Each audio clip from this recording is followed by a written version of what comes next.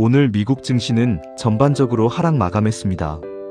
다우지수는 마이너스 0.26%, S&P 500은 마이너스 0.61%, 그리고 기술주 중심의 나스닥은 마이너스 0.93% 하락했습니다.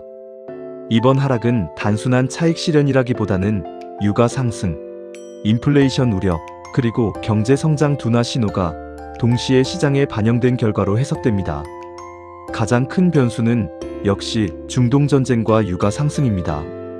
현재 미국과 이란 간 군사 충돌이 이어지면서 호르무즈 해협의 해상 운송이 사실상 마비되는 상황까지 발생했습니다. 이 해협은 전 세계 원유 물동량의 약 20%가 지나가는 핵심 에너지 통로인데 전쟁 이후 유조선 통행이 급감하면서 글로벌 에너지 시장에 충격이 발생했습니다. 이 영향으로 국제유가는 최근 급등했습니다. 브렌트유는 $100를 넘는 수준까지 상승했고 일부 분석가들은 상황이 장기화될 경우 $200 가능성까지 언급하고 있습니다. 이러한 유가 상승은 시장에 두 가지 압박을 동시에 주고 있습니다. 첫 번째는 인플레이션 재상승 가능성, 두 번째는 연준의 금리 인하 지연 가능성입니다. 실제로 최근 미국 국채 10년물 금리도 다시 상승하면서 주식시장에 부담으로 작용했습니다. 이번에 발표된 경제 지표들도 시장 분위기를 좋게 만들지는 못했습니다. 먼저 1월 PCE 물가지수입니다. PCE는 연준이 가장 중요하게 보는 물가 지표인데 이번 데이터에서 근원 PCE는 약 3.1% 수준으로 여전히 높은 수준을 유지했습니다. 이는 연준 목표치인 2%를 여전히 크게 상회하는 수준입니다. 즉 현재 상황은 단순한 물가 상승이 아니라 유가 상승으로 인해 앞으로 물가가 다시 올라갈 가능성까지 시장이 반영하고 있는 상황입니다. 만약 중동 전쟁이 길어지고 에너지 가격이 계속 상승한다면 연준은 금리를 쉽게 내리기 어려운 상황에 놓이게 됩니다. 두 번째로 발표된 JOLTS 구인구직 보고서입니다. 어제 데이터에서는 미국의 구인 건수가 약 39만 건 증가하며 노동시장이 여전히 견조한 모습을 보였습니다. 이는 한편으로는 경제가 아직 견고하다는 신호지만 다른 한편으로는 연준이 금리를 내릴 명분이 줄어드는 결과가 됩니다. 노동시장이 강하면 임금 상승과 서비스 인플레이션이 지속될 가능성이 있기 때문입니다. 또 하나 시장을 놀라게 한 지표는 2025년 4분기 GDP 수정치입니다.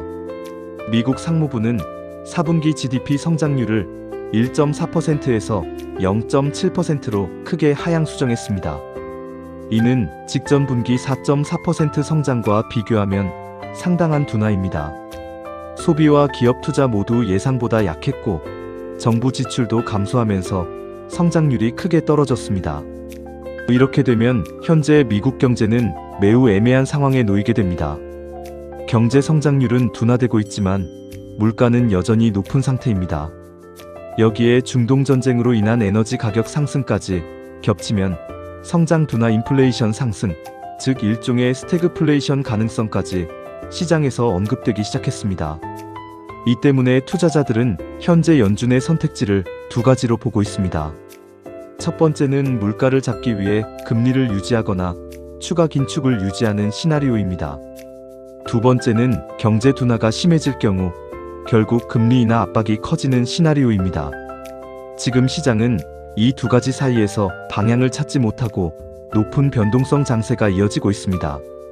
중동 상황도 여전히 시장의 핵심 변수입니다. 미국과 이스라엘이 이란 핵시설을 타격한 이후 이란은 미군 기지와 해상 운송을 공격하며 보복에 나섰습니다. 이 충돌로 인해 글로벌 에너지 공급망이 크게 흔들렸고 금융시장 역시 즉각적인 충격을 받았습니다. 특히 아시아 국가들은 중동 에너지 의존도가 높기 때문에 유가 상승이 장기화될 경우 한국, 일본, 중국 등 아시아 경제에도 상당한 부담이 될 가능성이 있습니다. 이런 이유로 최근 글로벌 증시는 전반적으로 조정 흐름을 보이고 있습니다. 정리해보면 현재 시장을 움직이는 핵심 변수는 세 가지입니다. 첫 번째는 중동 전쟁으로 인한 유가 상승, 두 번째는 연준이 중요하게 보는 PCE 물가의 높은 수준, 그리고 세 번째는 예상보다 크게 둔화된 미국 GDP 성장률입니다. 이 세 가지가 동시에 겹치면서 지금 시장은 금리 인하, 기대와 인플레이션 우려 사이에서 충돌하는 상황이 만들어졌습니다. 앞으로 시장의 방향은 결국 두 가지에 달려 있습니다.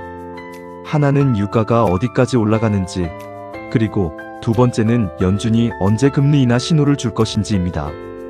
지금은 단순한 주식시장 조정이라기보다 글로벌 매크로 환경 자체가 크게 바뀌는 초입일 가능성이 있기 때문에 앞으로 발표될 미국 물가와 고용 지표, 그리고 중동 상황을 계속해서 확인할 필요가 있습니다.